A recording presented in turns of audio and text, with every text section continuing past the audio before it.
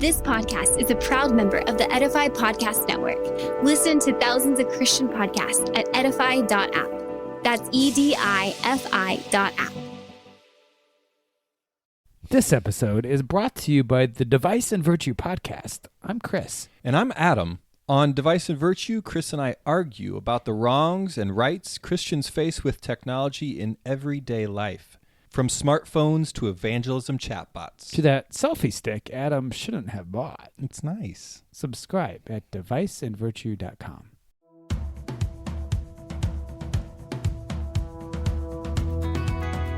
Hey there, I'm Sarah from Cedar Rapids, Iowa, and I'm a graphic design student. I really like listening to Compelled because of how engaging and encouraging the stories are. It's awesome to hear testimonies from all different walks of life and to hear about how God is moving in the lives of people across the world. So I hope you enjoy today's episode. I began to secretly wrestle with pornography. I think I just started dabbling in it, and it began to quickly become stronger in my life. I'm Paul Hastings, and you're listening to Season 4 of Compelled, a seasonal podcast using gripping, immersive storytelling to celebrate the powerful ways God is transforming the lives of Christians around the world. Last week, we heard from Edgar Pacheco Jr. In 2001, Edgar was born into this world without arms or legs. And although he has already faced many hurdles throughout his life, Edgar has always known that God is the one who has kept him and sustained him and allowed Edgar to thrive even without limbs. Again, you can hear that story by tuning into last week's episode with Edgar Pacheco Jr. Today, our guest is Garrett Kell. For years, Garrett chased women, drugs, alcohol, and his own pleasures. But after being radically saved, he began serving the Lord as the pastor of a growing church. Yet Garrett carried a dark secret, an addiction to pornography. But as Garrett would discover, the same Jesus who came to save the sinner also came to deliver the saints. Lean in and join us for another compelling story from the kingdom of God.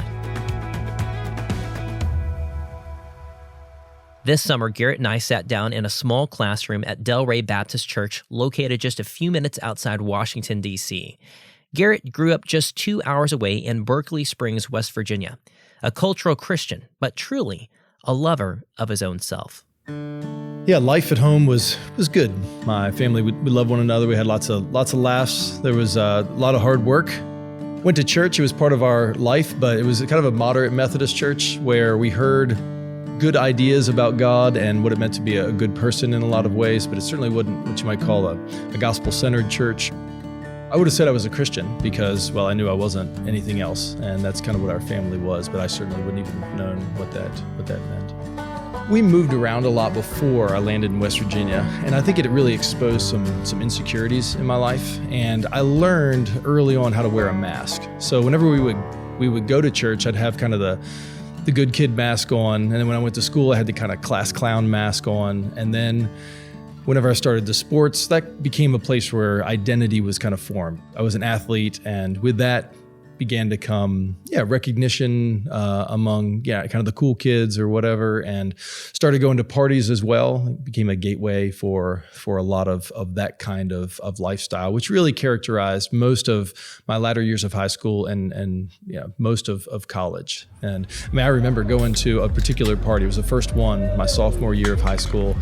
And I remember going there and, I drank too much and, did some crazy stuff and all of this. But I remember going to school the next Monday and all these people knew who I was. And I remember feeling like I belonged. And so I really just learned how to put that mask on and how to just own that. I'm kind of a social chameleon. And that kind of went all the way through high school until I went to Virginia Tech, which is where I ended up going for college.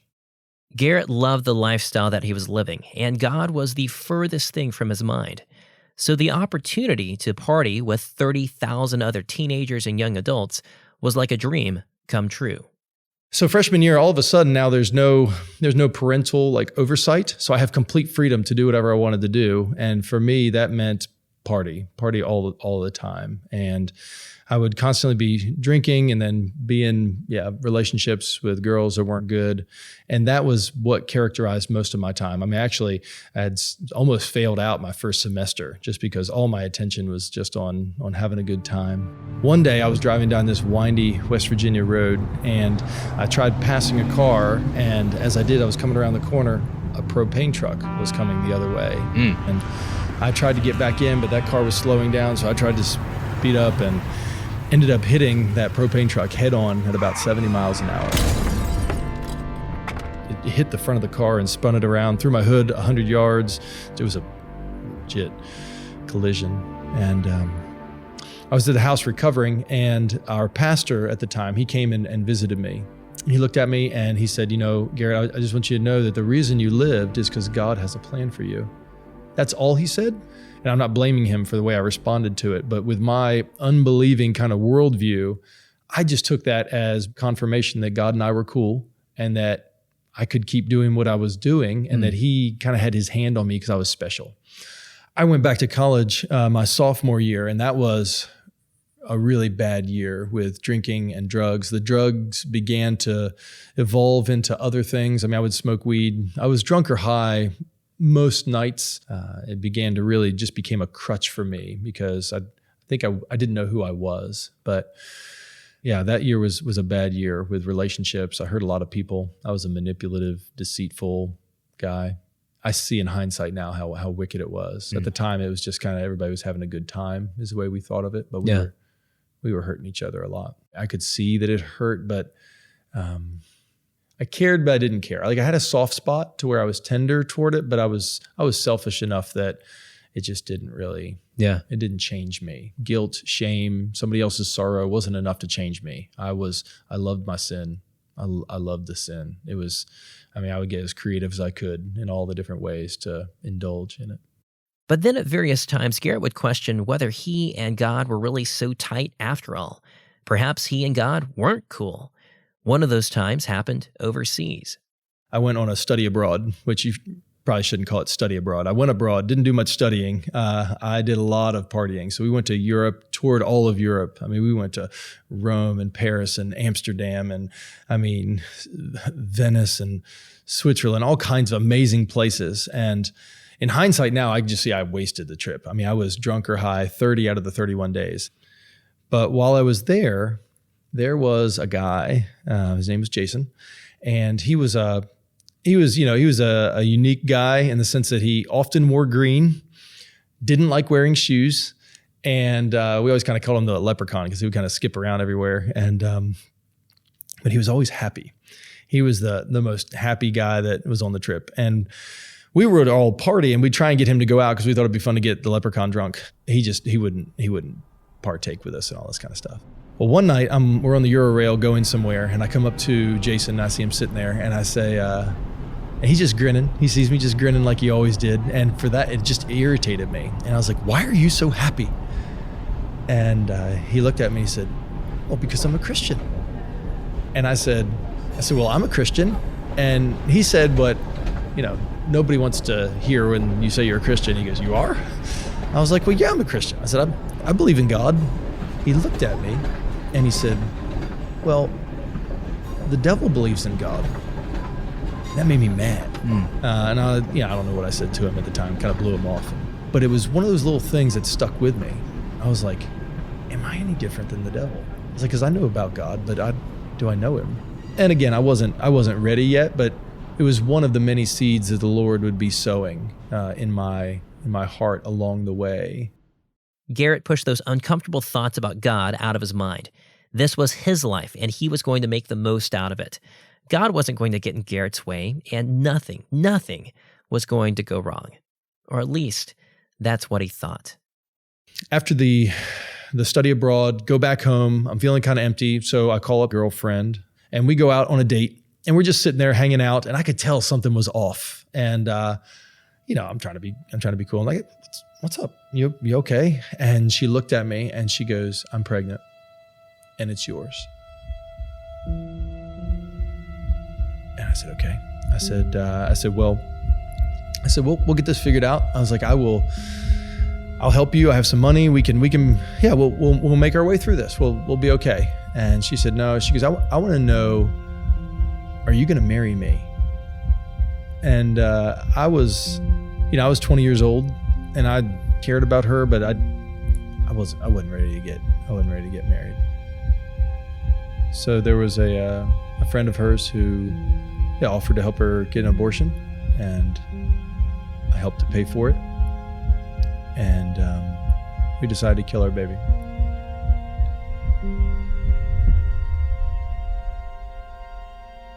I mean, I was there when she took the pill. I was there when she bled. I was there when we flushed our baby down the toilet. I was there when we both cried, and we didn't know why. We were sad, but I don't think we knew why we were sad. And, I look at it now and I realize that I had gotten to the place that I loved my life and my sin so much that I was willing to kill my own child in order to keep my life the way I wanted it. It took a chunk out of me in a way that the only thing I knew to put back in that hole was more drink and more drugs and more relationships. Garrett and his girlfriend kept the abortion a secret. Their relationship didn't last, and they soon broke up. She became yet another casualty in Garrett's lifestyle. And to mask whatever remorse that Garrett did feel, he did the only thing he knew to do, which was to party even harder. Yeah, my junior year was a dark year. I had 3 girl roommates and a live-in girlfriend. One of the girls was a bartender. All 3 of those girls were rave girls. We would often have raves at our apartment. We'd drugs and music and everything that came with that. And that year, the sorts of drugs I got into was even deeper. Began ecstasy and cocaine regularly and all that kind of stuff. And those are all things I never would have thought I would have gotten into, but that's where I went. I was going to throw a Halloween party, and I invited an old friend named Dave to come down for the party. Dave came down, and I greeted him at the door. I was like, "Hey man, come on back." I brought him back to my room, and I had a 6er of his favorite beer. I had a bag of weed, and I told him I had a girl for him to get to know for the weekend. He closed the door and he sat on the bed and he looked at me and he said, "Hey Garrett, I appreciate all of that, but I don't do any of that anymore." He says, "I love Jesus now. I came down here for this weekend because I want you to know that Jesus loves you too. I know this weekend might be kind of hard, but I want you to know that Jesus cares about you and he loves you." To which I was like, okay, more for me. I was like, whatever, man. I'm like, okay. And just kind of blew it off and, tried to joke with him, but I could tell he was sober and serious about it. And he hung out for the weekend. And I remember even that night he was sitting on the couch talking to somebody, but you could tell he was very much out of place with what was going on. But as I watched him throughout the night, he had kind of the same thing that Jason guy had. Yeah. He had a peace about him. And he had a joy about him that I couldn't find at the bottom of a bottle or the end of a blunt or with any kind of relationship. He had a peace about him. It was very intriguing to me. So after the weekend, Dave goes back. We start writing some emails. He was so kind and he kept trying to, reason with me. And a couple weeks later, I was in the middle of another rave at the house and everything. And all of a sudden, I just started to feel the weight of darkness. I don't know how really to explain it, but it was one of those moments where everything kind of went into slow motion. And I was doing drugs, so there's something to it, but I began to see people differently. Everything all of a sudden started to look darker, and everything felt very scary. I even felt like I had something sitting on my back in the middle of the party, and I'm standing there, and it just freaked me out. And I went back to the bathroom and put water on my face, and I looked in the mirror, and I asked myself, I was like, "Who are you? What are you doing?" Because I had done all these crazy drugs and all this stuff. This is not who I ever thought I would be. I went in my room and I closed the door and I said, "All right, God, if you're real, show me something." And I looked down and there was a Bible that my parents had given me my freshman year. And I always used to hide it under my bed because it would cramp my style. Well, somehow, a corner of the Bible was sticking out from underneath the bed. And so I grabbed it and I sat down at the desk and I played Bible roulette, and I just opened up randomly to Ezekiel 18 in the New Living Translation. It says something like, "The one who sins is the one who dies. A father will not be judged for his son's sins, nor will a son be judged for his father's sins. But everyone be held accountable for what they have done. Each one will be judged according to their own sins." And then it goes on to say, "But do you think I delight in the death of the wicked? No, that they would turn and live, says the Lord." It freaked me out because I felt like it was talking to me. And I had been around the Bible before. Yeah. It was always just a book of stories to me. But that time, for some reason, it felt like it was speaking to me. And it's interesting because at this point, I was completely sober. Whatever happened, all the effects of the drugs, it was just gone in a way that doesn't happen.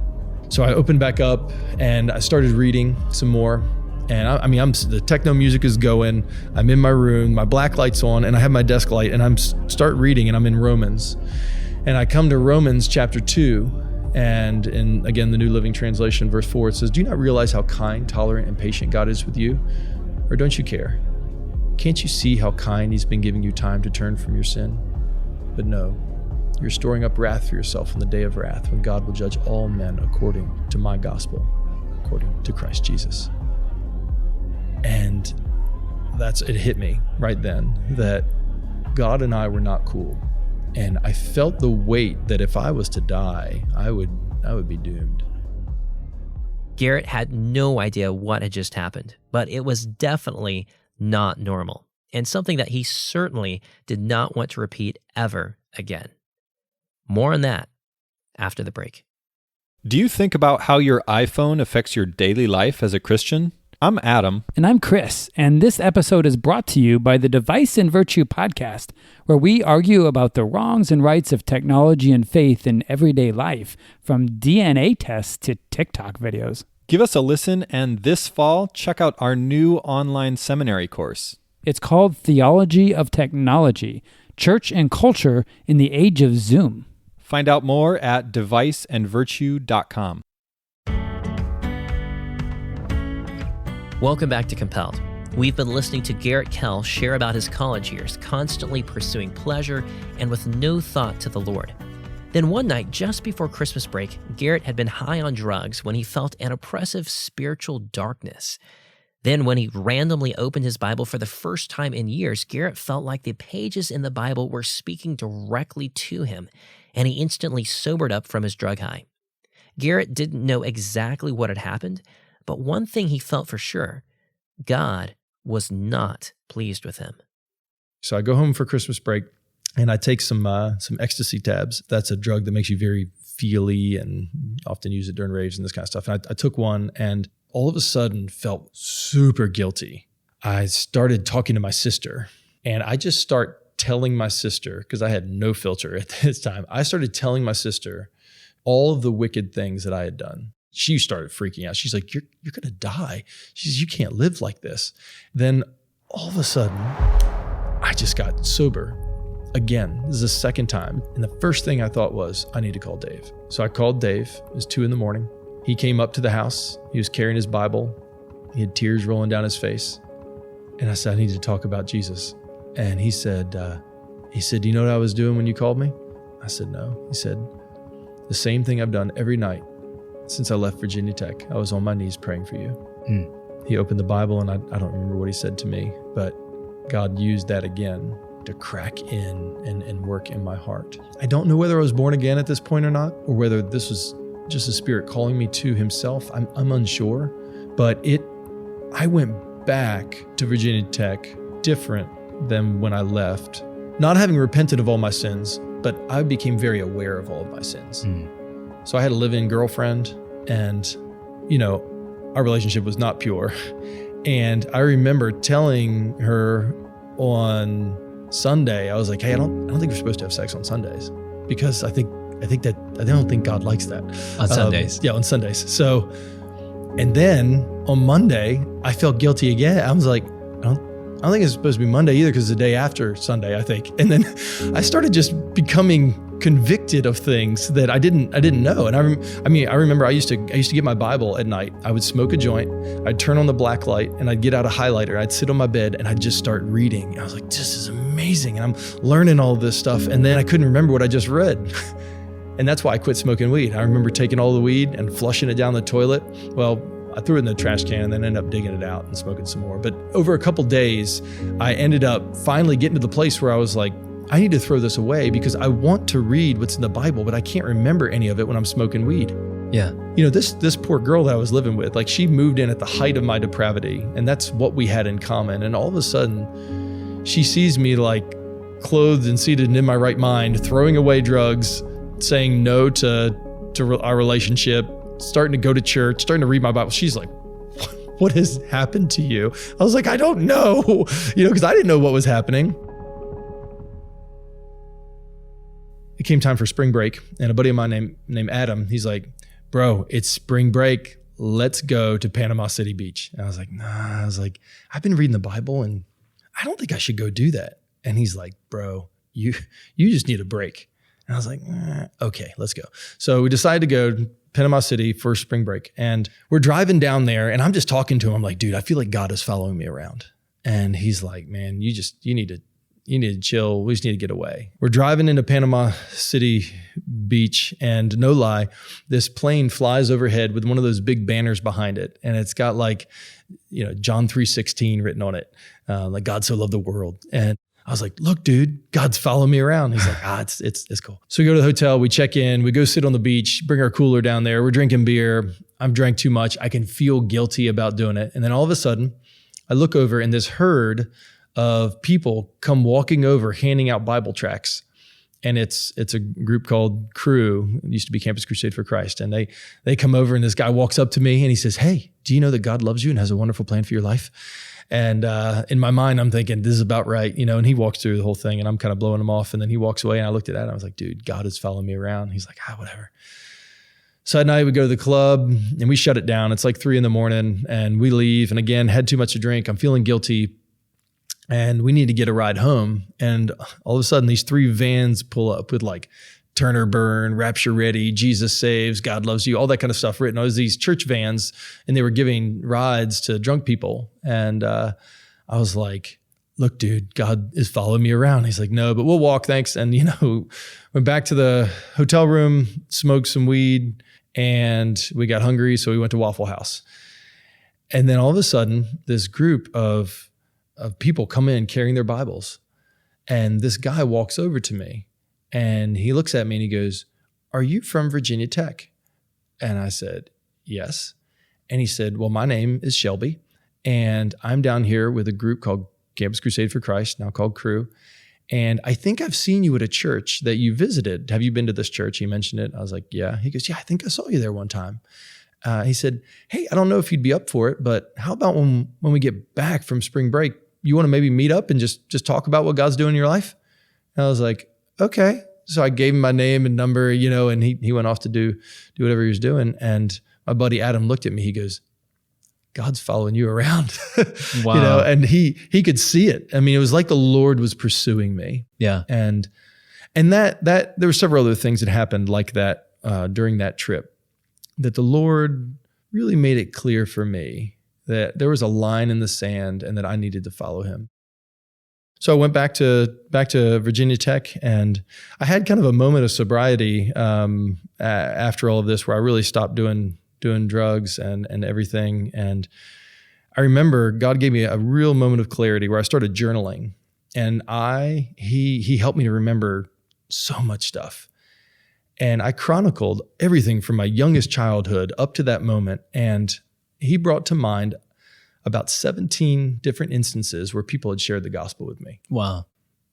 Where people had sowed the seeds. And it was little things from a coach who used to say, dadgummit, playing basketball. And I asked him why he didn't cuss. And he said, because he was a Christian, he wanted to honor God with his word. So it wasn't a gospel presentation, but he made a little stand for it. It was just like a little seed. Yeah. And there were like 17 of those that the Lord had given over the years, that I guess Dave had watered, and God made it grow, and he saw it. And the Lord really humbled me in seeing that I had resisted him for so long, yet he had kept following me and following me and pursuing me. And that's why when I think of myself as being a Christian, I'm like, it's definitely a miracle. I mean, I didn't want God. The only time I wanted God was for him to help get me out of stuff. I wanted him to get me out of trouble. I wanted to use God for stuff. But he, for some reason, wanted me. And he had pursued me and sought me and kept me from so many different times I should have died along the way. But he had arranged so many miraculous interventions. Garrett began meeting with his new friend Shelby, who he had bumped into at Panama City Beach during spring break. They began reading the Bible together, and Shelby would help answer questions that Garrett had. By this point, Garrett had become a zealous Christian, even going so far as to print out Bible verses about judgment, wrath, and hell, and nail them to the door of his former cocaine dealer. And of course, Garrett's roommates thought that he was crazy. But Garrett didn't mind. Instead, he had a new mission, which was to tell others about Jesus and how he had been saved. So after my junior year, I go back for the summer, and I get this idea that I need to tell all of the people from high school about Jesus. So I meet up with that same pastor who had come to me after the car accident. Your old Methodist pastor. Old Methodist pastor. And I told him, I was like, here's the deal. I would like to throw a party for Jesus. And what I want to do is I think I'm going to have a kegger at my house. And about an hour in, I'm going to turn on the lights. I'm going to stand on the keg and I'm going to tell everybody about Jesus. I was like, what do you think? And he's like, I appreciate your zeal. He goes, how about we do something different? How about you can use the church for anything you want. Just don't have the keg here. And why don't you do anything that you want here? And I was like, okay, deal. At the church. At the church. So I was like, okay, we'll do this. So we decided to call it Christ Night. And I did the marketing for it. I didn't know anything about, how to tell people about Jesus other than I had no pictures of Jesus because I was going to do it. I was a marketing major. I was like, what are we going to do? So I got a picture of the South Park Jesus in one of the classic episodes of Jesus versus Satan. And Jesus has his hands up like this. And we called it the fight for the afterlife and all this kind of corny stuff. But, and I remember I put it in the newspaper. I took out a full page ad in the newspaper, local newspaper of, Christ Night, come here, stories about how God's changed lives, and listed some of the people's names in there. And I remember the Lord, and again, I don't know if you want to call it a vision, but I think the Lord gave me a vision where I pictured this Methodist church, and I pictured people filling the whole thing and people hanging in the windows and all this kind of stuff. And I remember telling Jason, one night I called him at 3 a.m. So I went from non-Christian to, pretty charismatic, Methodist sort of, whatever that is, where we went and I told him about this vision. I said, we got to pray. So we went Jericho on the place and walked around the building at 3 a.m, praying, asking God to keep Satan away, all this kind of stuff. We went around praying on every seat in the place, asking God to save people and all this kind of, we were all the way in. And, we ended up having this thing called Christ Night. And sure enough, it was, hundreds of people showed up. Like they thought it was a joke that we were throwing a party at a church. Really? And while I'm standing on stage to welcome everybody, every seat was filled. There were people hanging in the windows, and there were people standing in the door, just as I had seen. And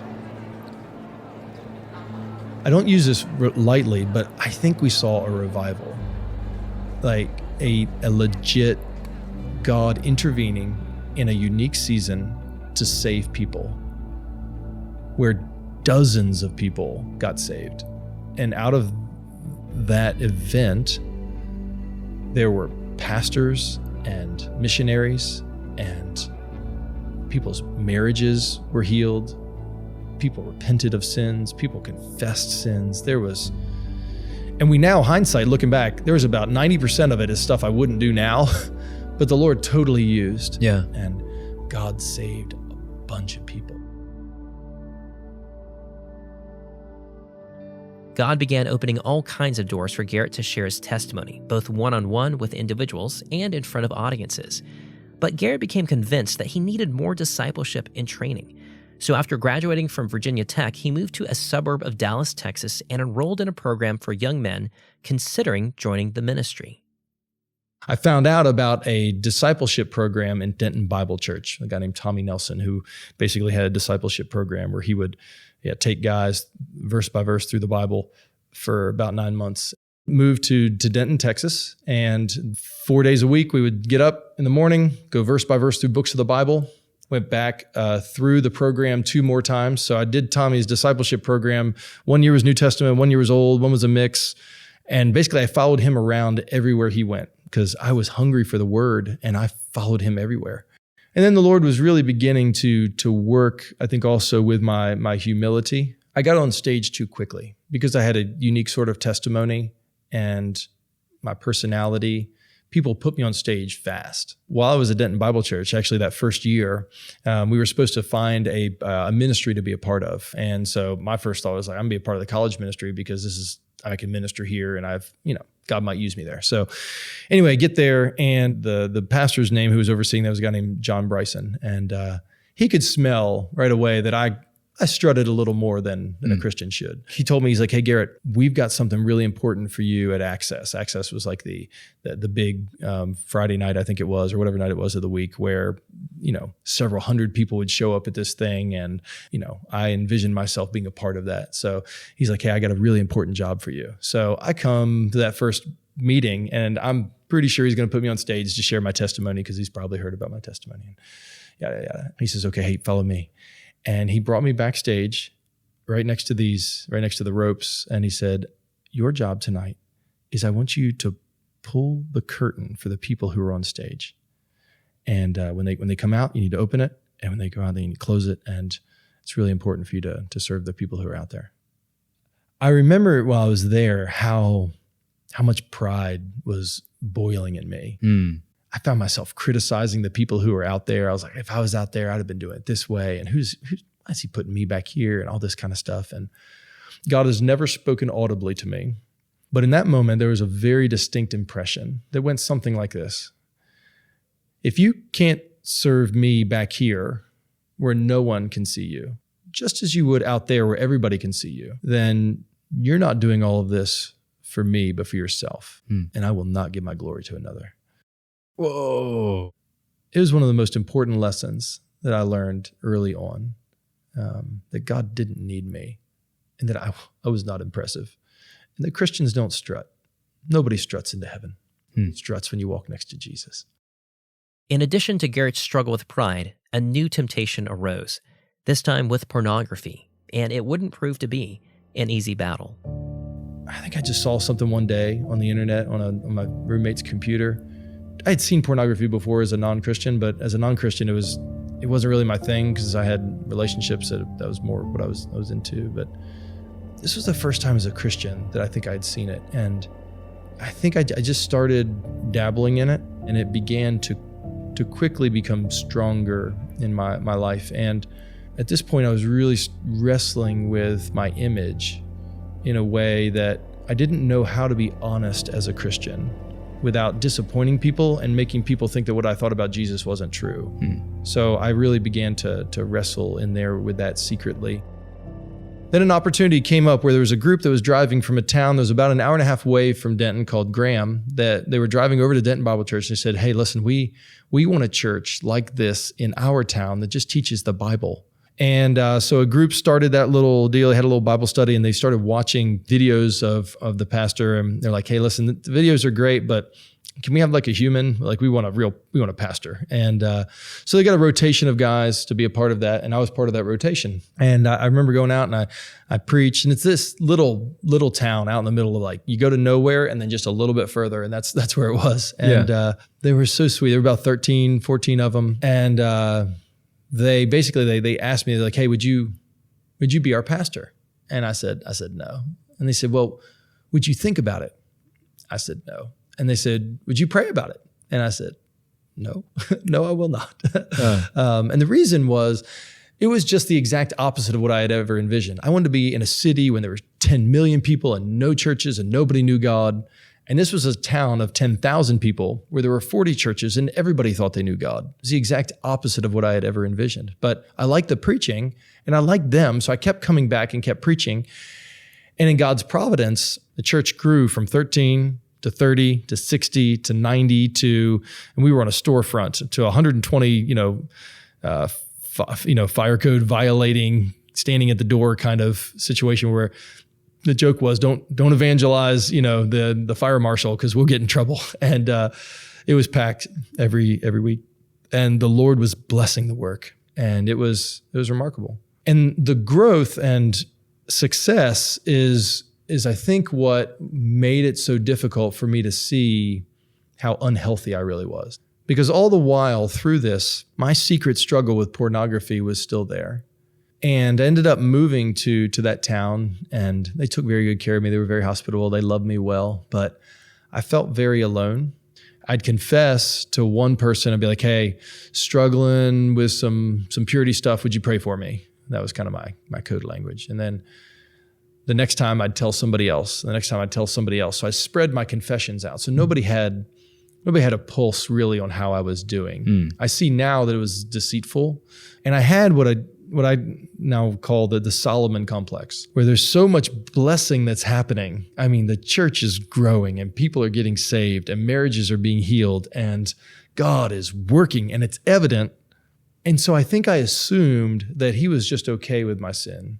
So even the same wrong view of God that I had as a non-Christian, of kind of assuming that God and I had our own little understanding, I think I thought deep down that I was special in a way that would allow him, or that he would allow me to have this sin going on, that he knew I didn't like it and was trying to fight it, but that he was okay with that going on because so much good stuff was happening. But despite Garrett's private assumption that he and God were cool with his pornography habit, everything was going to come to a head in a very public way. More on that after the break. Welcome back to Compelled. Garrett had now been the pastor at Graham Bible Church for 3 years. The church had seen significant growth under Garrett's leadership, and people's lives were being changed and marriages were being restored. But all the while, Garrett was carrying a dark secret. He couldn't stop looking at pornography. He would fight it, but still couldn't give it up. By this point, Garrett had ended his previous long-distance relationship and was now dating the woman who would eventually become his wife, Carrie. On their third date, Garrett fully confessed to Carrie his struggle, and she reminded him that if Christ could forgive Garrett, so could she. But although Garrett began to have victory from sexual temptation, his previous sins were about to be exposed very publicly. About the same time, a friend named Reed, who was an Acts 29 guy in Nashville, was thinking about going to plant a church in New Jersey. He and I had been planning to do this. So I got really convicted, though, that I should tell Reed kind of everything about my history with sin.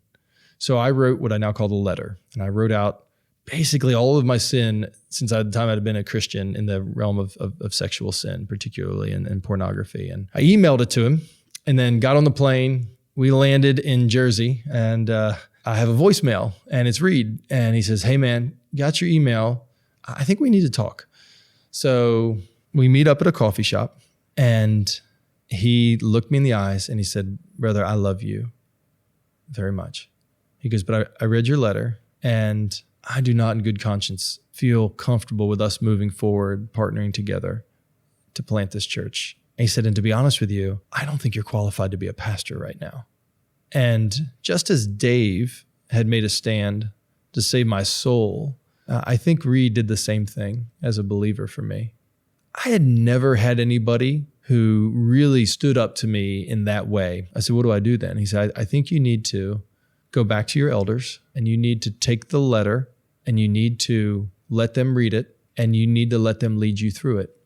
It began what I now call the year of the anvil. An anvil, as you likely know, is a metal surface that you lay something on and you beat it into conformity to whatever you're trying to do. And that is what the Lord began to do in me. So I came back and I went and met with the elders.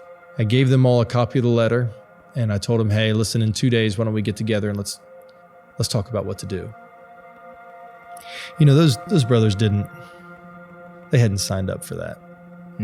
All they wanted was a church in their town that preached the gospel. All they wanted was a pastor who would be honest and love God and help them love God. And what I did hurt them. They didn't know what to do, and I didn't know what to do. And it was messy. The elders decided that I needed to publicly confess what I had been doing. So from that meeting, the contents of the letter were shared with someone who shared it with someone else. If you've ever lived in a small town, it doesn't take long for word to begin to get around, and it mutates as it does. So there began to become a lot of questions about things that are going on with the pastor at the Bible church. And after a sermon, one of the elders gets up and says, "Hey, some of you have likely heard that Garrett has some things going on in his personal life, and we're going to talk about it tonight at a meeting. So if you'd like to hear about that, you can come back." Now, our church, we had started intentionally without membership. It was anybody could come. So we had people who were part of the church community, as well as people who had never been to our church, people who had been visiting our church. Texas town, 10,000 people. The pastor is going to talk about sexual sin. Who's not going to go? So it was a full house. And I remember sitting on stage that night, and it was like all of my worst fears were coming to fruition. Because I'd always hid behind the mask because I was afraid that what they would think about me if I was honest. So my insecurities, my fear of man, both of those sins really fed my hypocrisy of mask wearing in my confessions and my life and all of this, right? And now I am just like masks off. I'm utterly exposed. And I'm just sitting there on stage, and I remember it was time to start, and I just told everything. And that hurt a lot of people, confused a lot of people. In many ways, a lot of what I feared would happen. There are people who left that meeting and have never stepped into a church since because they couldn't bear to think sitting under somebody else who might be a hypocrite like I was. There were people who were, tender and gave hugs, and people who just went to other churches, and lots of different things. Well, the next Monday, a couple of the elders get calls saying, "Hey, we heard something big went down and we weren't able to be there, so we are requesting another meeting." So 2 weeks later, we did it again. And but my sin hurt people in a way that I needed to see,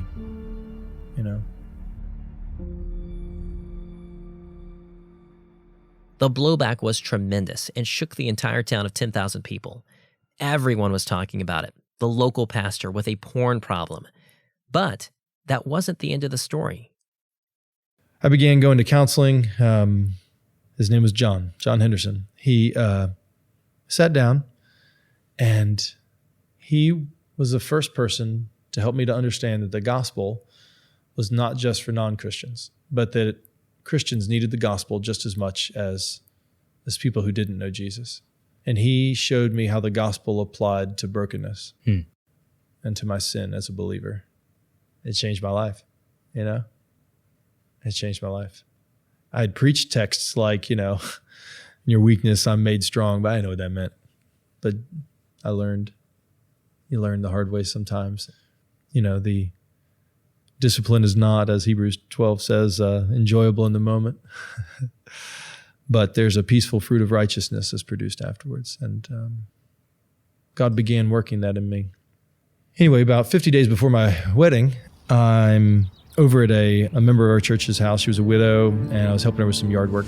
Got a bunch of brush together, and in Texas, when you get brush together, you burn it, because that's what you do. You set things on fire. So, exactly. So got this big pile of brush and asked, I said, "Judy, is it okay if I burn it?" She's like, "Yeah." So, and I just wasn't thinking. And I put gas on the brush pile. And it was a very humid day. So all of the fumes just stayed right there. And I went to light, and when I did, the whole thing just exploded. And a fireball consumed me, like went around me. And it was just a huge flash fire. But I remember I looked over at Judy, and I was like, "How bad is it, Judy?" She looked at me trembling, and she goes, "It's bad." Basically, I had been burned. My face, if you're at a hot dog that gets on the grill too long, it turns all black. Well, my face was like that. My arm was like that. My leg was like that. My neck was like that. So we get in the car, and he's taking me to the hospital. And I remember talking to the Lord and saying, "Okay, Lord, I don't know that I can handle if I'm going to never look the same." I mean, my whole life was about appearances.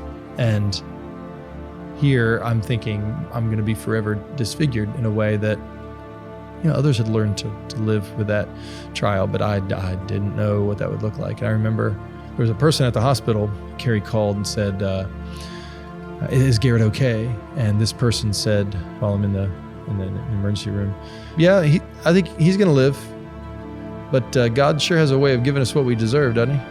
Oh, man. Anyway, I ended up getting care flighted from there, but the helicopter had to land in Dallas or in Fort Worth because the wind was so bad. And they took me in an ambulance to Dallas burn ward, where I was in ICU for 3 days and in the burn ward for 7 more days after that. I didn't look at myself for 3 days in the mirror because I was afraid. But Carrie was writing wedding invitations from the burn ward, not knowing what I would look like. Every day they would take off the bandages and put you in something called the tank. Being burned is bad. Being scrubbed is worse. So they have to scrub off your skin every day. Again, that's coming in so it doesn't scab over because it can get infected and then you would die. So yeah, that was torturous. But she was by my side night and day. I told her she didn't need to marry me because we didn't know what I was going to look like. She's like, whatever.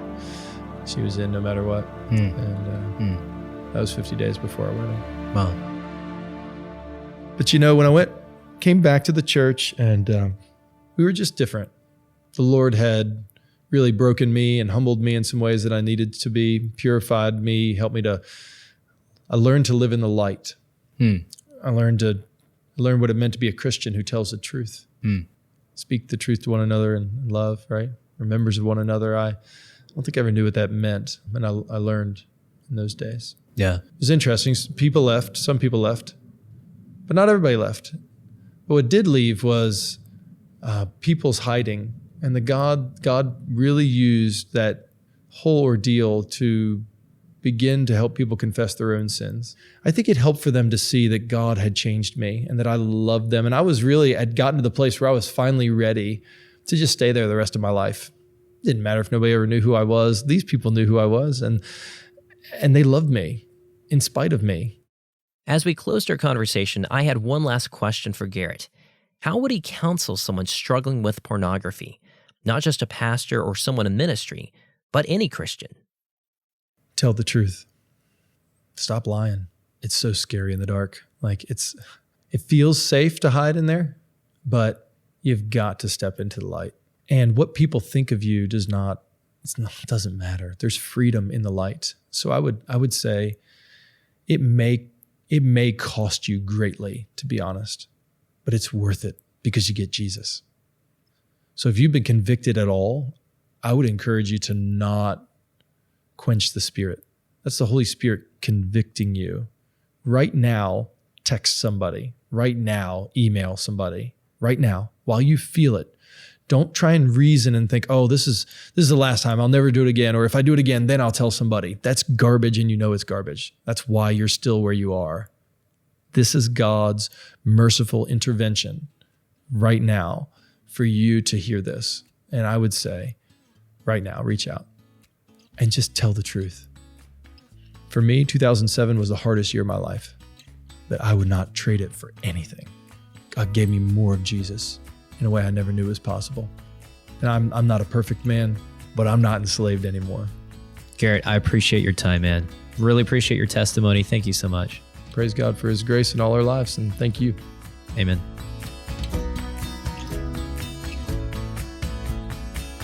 Garrett's story covers a lot of ground, and there are a lot of themes that we could examine.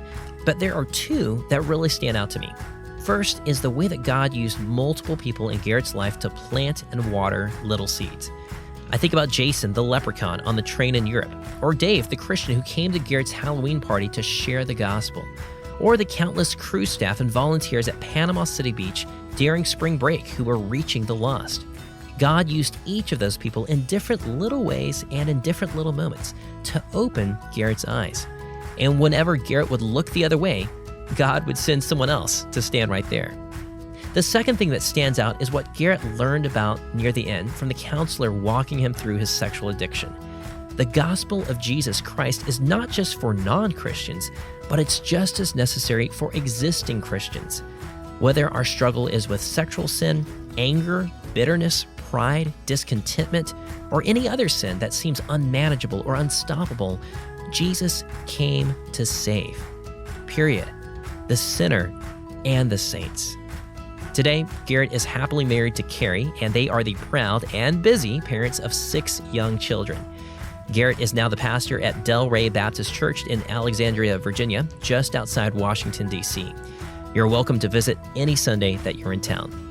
To learn more about Garrett, visit his website, garrettkell.com, or visit compelledpodcast.com and pull up the show notes for this episode.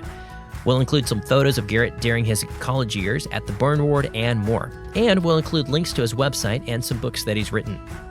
Also, we'll be giving away some autographed books from Garrett this week. To enter the drawing, simply head to our website and find our show notes. You can also listen to this full 2-hour-long behind-the-scenes version of this interview when you become a monthly supporter of Compelled on Patreon, which will also give you access to all of our episodes 1 week early. But most importantly, you'll be helping us create new episodes just like this one. You can learn more at compelledpodcast.com. Finally, if you're looking for a podcast app on your cell phone, then I would suggest CastBox. It's very easy to use and lets you download episodes to listen to ahead of time for when you're offline. You can download CastBox from Google Play for Android or the App Store for iPhone. This episode was edited by Zach Feller and Will Jackson. Our media assistant is Ethan Adams, and our associate producer is Sarah Hastings. Special thanks to my friend Gabriel Affont for filming this interview. He flew all the way to Virginia from Texas, which deserves a shout out all on its own. Also, special thanks to Pastor Juan Sanchez for introducing me to Garrett. Juan was a Compelled guest during our very first season. And Juan has an exceptional story about being raised as a devout Catholic altar boy who then converted and eventually became the president of the Texas Southern Baptist Convention. We'll include a link to his story in our show notes as well, or you can just pull up episode 7 of Compelled. Stay tuned for a sneak peek from next week's episode. I'm your host, Paul Hastings, and you've been listening to Compelled. We'll be back with another compelling story next Tuesday. I went before a judge. I thought the most I was going to get was 25 years. I had multiple burglaries against me, but I was sentenced for 5 of them. I was sentenced to 5 99-year sentences. I was 19 years old. And I was just sort of like in shock. It's over. I'm going to be in prison the rest of my life. This episode is brought to you by the Device and Virtue podcast. I'm Chris. And I'm Adam. On Device and Virtue, Chris and I argue about the wrongs and rights Christians face with technology in everyday life, from smartphones to evangelism chatbots. To that selfie stick Adam shouldn't have bought. It's nice. Subscribe at deviceandvirtue.com.